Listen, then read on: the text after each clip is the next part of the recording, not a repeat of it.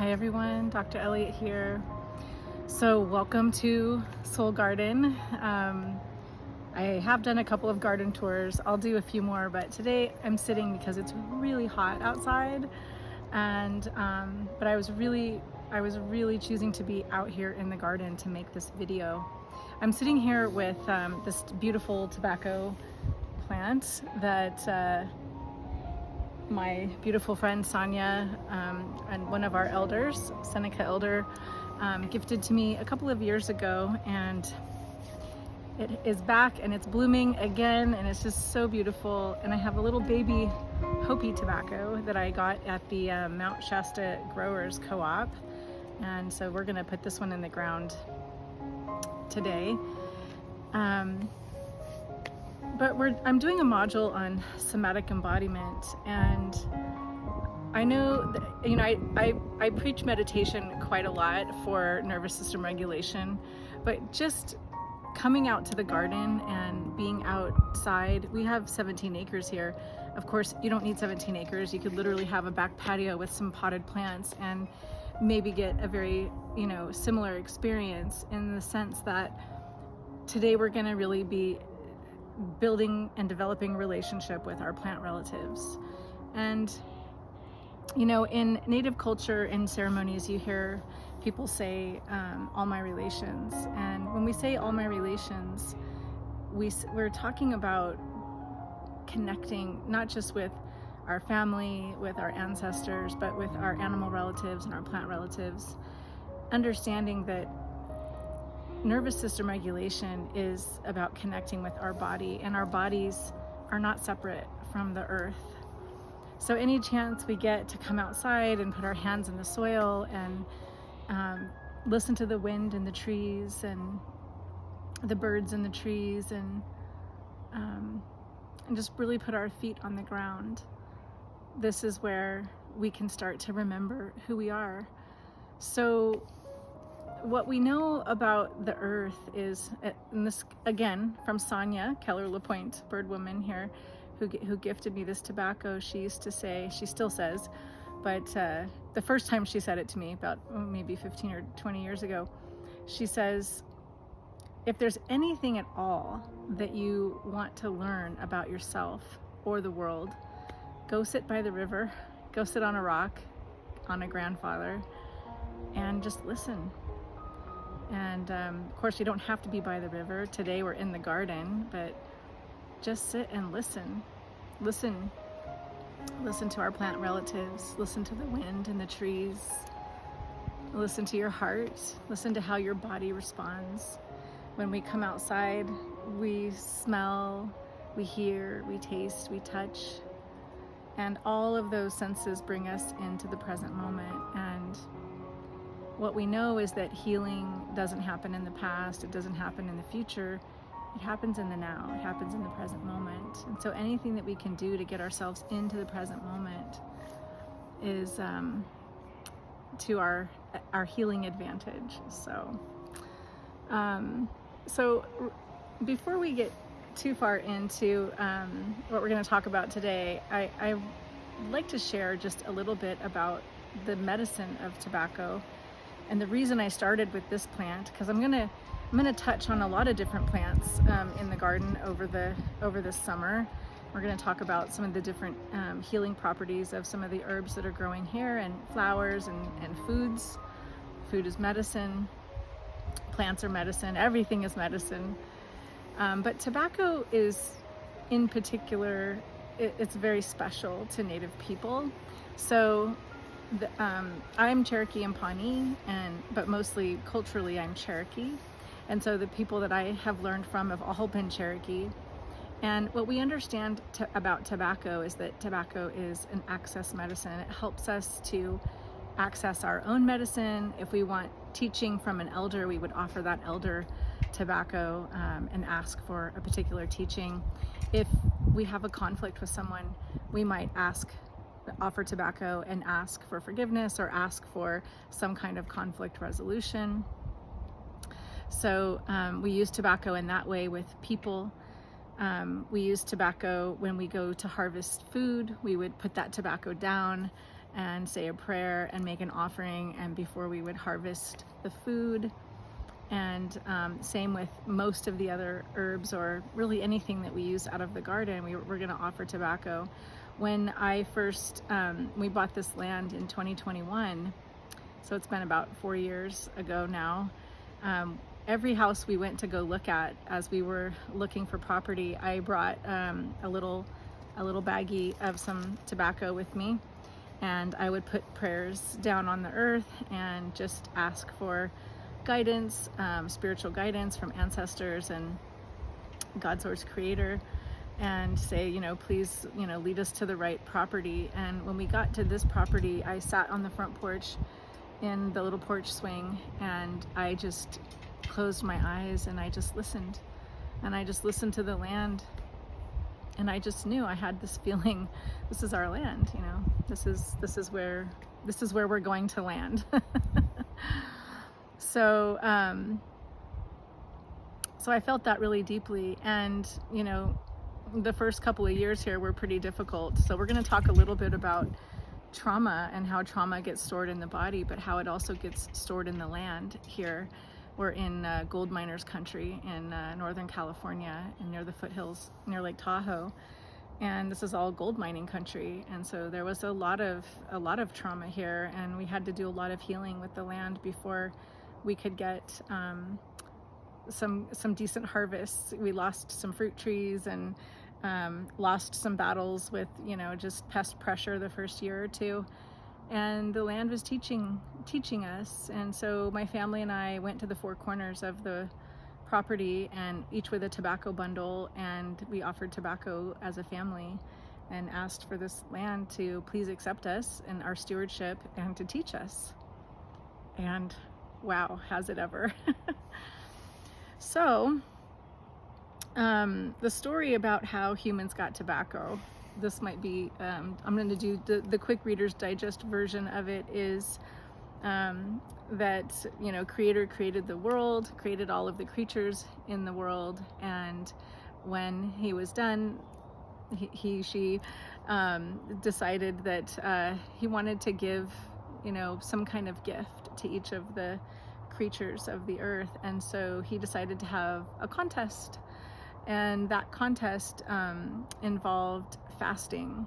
And basically he said, you know, whoever can fast the longest gets the best medicine. And so of course this is between all of the plant relatives and all of the animal relatives and all of the humans. And so the short version of the story is that, of course, cedar, whose deep roots go so far and so vast and so deep, can go months and months and months without water and food, and it can last. And so cedar won the most powerful medicine, and to this day cedar is very revered in Cherokee medicine circles for all kinds of reasons, and I'm not going to go into that today, but it's our most powerful healing medicine next to tobacco.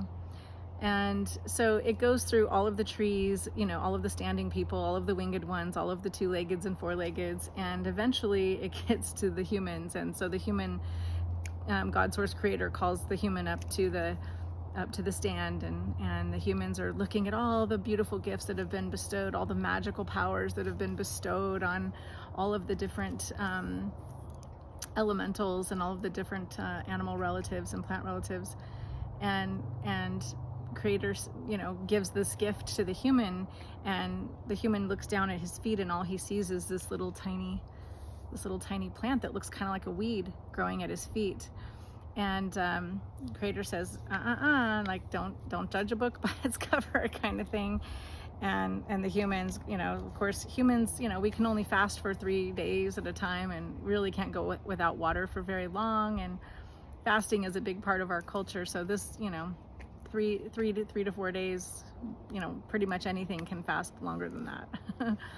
So Creator was taking pity on us and gifted us with this tobacco plant. And before Creator could speak about what the medicine was for, of course, the human was like, well, you know, what's this little weed growing at my feet, you know? And And Creator says, well, I'm taking pity on the humans, and for you, I'm gifting the most powerful medicine of all, and that is stewardship over all of the other medicines. And so when we use tobacco, we have access to all the other medicines of the earth. And we are to wield that power wisely and with reverence and sacredness. And so this is how the story, the Reader's Digest version of the story of how humans got tobacco. So I'd like to just invite us to a little short guided meditation out here in the garden. It doesn't require that you close your eyes, although I always like to, because I like to listen to the wind, and I like to listen to the birds, and I like to feel everything that's all around me, and I feel like I can do that easier with my eyes closed, but you can keep your eyes open if you'd like, or close them. And we're just going to start by taking a nice deep breath and slow controlled exhale, and just grounding your energy deep into the earth, and just imagining kind of a grounding cord going through your tailbone or out through the bottom of your feet, and just really connecting deeply with the earth, and just imagining all the layers underneath you. So we have the dirt layer, the stone layer, the water layer, and way deep down inside the earth we even have molten lava, that fire layer. And think about the different layers of our body. You know, we have skin, and we have tissue, and we have blood, and we have bones. And in Cherokee culture, we have right here Ayeli, which is the center of the 7 directions, but Ayeli is the center here. And we say sacred fire or eternal flame, which is right here in our heart center, which is Ajila Igohida. So we are going to ground into either earth, stone, water, or fire, and we're gonna ground into that sacred fire, Ajila Igohida. I'm gonna take another nice deep breath, slowing down the exhale even more.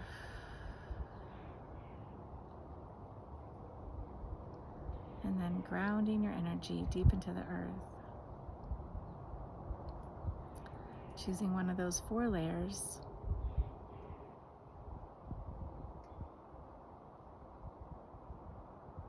And settling back into your body. Just listening.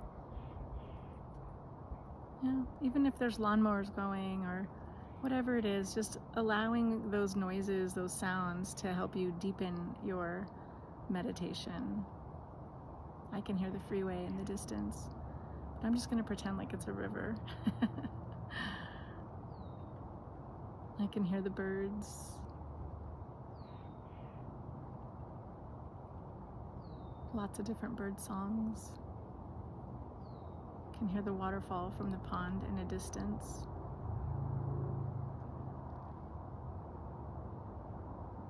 Here's some little crickets or something. Just noticing what's all around you, listening to your breath, giving yourself permission to be fully and completely present right here, right now. Remembering that the body is the earth's mirror. So in our bodies, we mirror what's happening in the earth, and vice versa. So the more you slow down, the more you feel that conversation between the body and the earth.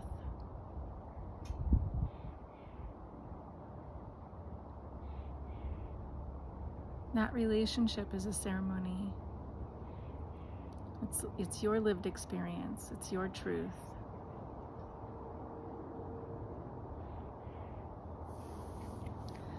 One of my teachers, Dr. Ruby Gibson, she wrote a book called My Body, My Earth. I highly recommend you checking it out. It's a beautiful book, and she teaches that everything we ever need to know about how to heal ourselves exists in our body, and all the traumas and all the love and all the healing, it's all there. It's all there. We just have to take a little bit of time to slow down enough to listen, and a little bit of work she calls excavating. Excavating some of that trauma out of the body. But what happens when we do that is we release our gifts, we release our superpowers. For every trauma, for every difficulty, every challenge that we've had to overcome in our lives, there's a memory of it in our bodies. And when we allow that memory to come forth and to move through and up and out and heal through love, through self-love, it turns into its equal and opposite in terms of the gift that we have to give in this world. So in order to access our gifts, in order to access our strengths, in order to access our life purpose and the things that we came here to do, there really isn't a way to do that. In therapy, we have this term, the only way out is through. It's true. The only way out is through. The only way out of that pain and suffering is to go through it. Avoiding it, not going to happen. What happens when we avoid pests in the garden? They get worse, right? I mean, you see 1 or 2 aphids, you better get on them right away, because in a week, the whole plant could be gone. And our trauma, thankfully, doesn't take over quite that quickly, but sometimes it creeps up on us subtly, and it changes us over time. But the same is also true when we heal. It also can creep up on us slowly or quickly sometimes, but it also changes us. It changes us back, though. This isn't about becoming something. It's about remembering something about who we are. It's about remembering our true nature, our authentic self. So embodiment it's a sacred act. And I've been a marriage and family therapist for over 25 years. I'm a counselor, educator, college professor. I'm a drum keeper. I've been doing this work for a really long time. And when we talk about healing trauma, we're not just talking about a concept, right? We're not just talking about something that we learn out of, academic books and philosophies and, theoretical orientations. It doesn't matter what theoretical orientation a therapist works from. They could be a cognitive behavioral therapist, they could be a psychodynamic therapist, they could be all kinds of things, right? But ultimately, healing happens in really just a couple of ways, and what that looks like is self-love. What that looks like is going in and touching your pain in a way that brings love into it, and love is what transforms. And that's it. I mean, we have fancy words for it in therapy, unconditional positive regard, like Carl Rogers would say. But ultimately, it's self-love, self-compassion. It's witnessing all the different parts of yourself without judgment. And that's what the earth teaches us, think about it, look around, we witness, she witnesses for us, she witnesses us. She doesn't ask us to change to be here. She doesn't say, change who you are to sit on my ground or under this tree and have some shade. It's not conditional.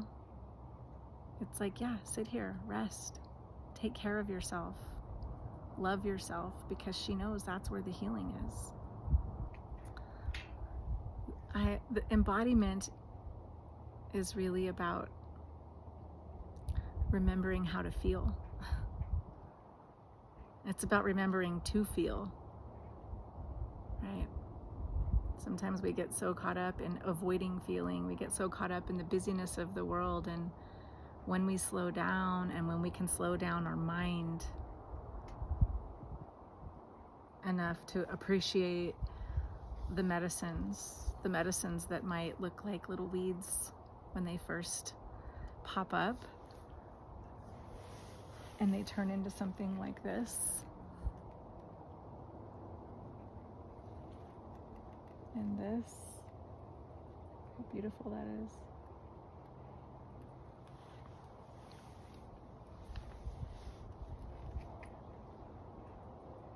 You know, our medicine isn't a weed. It's very intentional. And it was given very intentionally, and in order for us to wield it, we have to receive it very intentionally. So some of this work that we're doing in embodiment is about feeling safe in your body, feeling safe on this earth, feeling safe in your body, feeling safe to receive, right? Instead of analyzing and thinking and all the things, it's time to feel. It's time to be in your body. It's time to stop thinking your way to healing and start feeling your way through it. Yeah.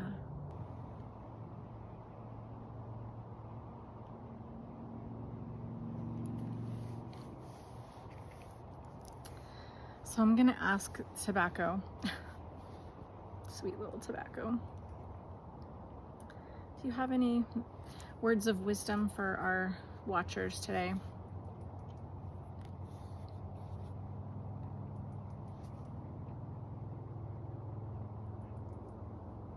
So if you were to just listen,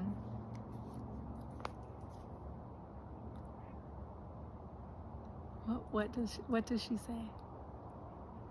What is she saying to you?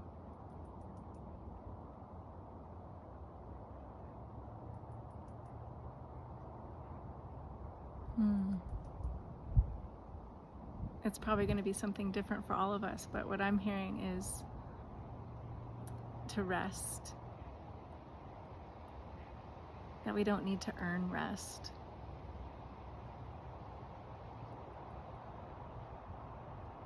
That rest and recreation are just as important as all the hard work that we do, and the discipline and all the things that we have to discipline ourselves about.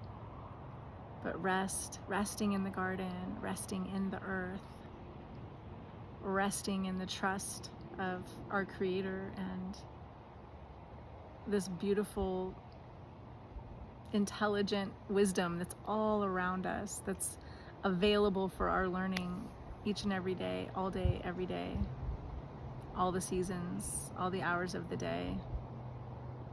To really listen, to slow down and listen and rest. I hope you enjoyed this video. We definitely would appreciate a like and subscribe, and I will see you in the next video. Blessings. Okay, so the last piece of our time together today, I'd like to just offer a short little personal ceremony with tobacco. So this is a little bit of some of the tobacco that I grew from the same plant last year. And this ceremony is going to be a self-forgiveness ceremony. So earlier I was talking about how when we maybe have conflict and we would like to have forgiveness or resolve that conflict with someone, we might offer them tobacco, or when we want a teaching from an elder, we might offer them tobacco. And this is just a reminder that we have medicine in us too. And so when we are needing self-forgiveness, or maybe you're on a path where you're discovering your life purpose and you're looking to access your own medicine, just remembering that we can offer ourselves tobacco too. So I put a little tiny bit of tobacco in my hand here, and I'm going to take that tobacco and I'm going to hold it up to my heart. Ajila Igohida, remember? Sacred fire, sacred flame right here in our heart. Ayeli, which is the center. the center of the 7 directions. You're just going to think about something that maybe you'd like forgiveness for from yourself,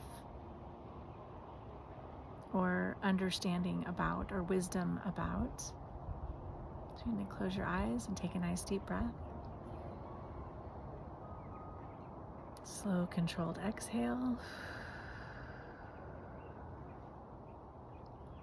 Calling on your ancestors, your higher self, God, Source, Creator. Asking for access into your subconscious mind, into all of those limiting beliefs in there, and asking for them to be released, asking for any negative self-talk to be released, and for only your highest, most loving wisdom to come forward regarding this particular matter.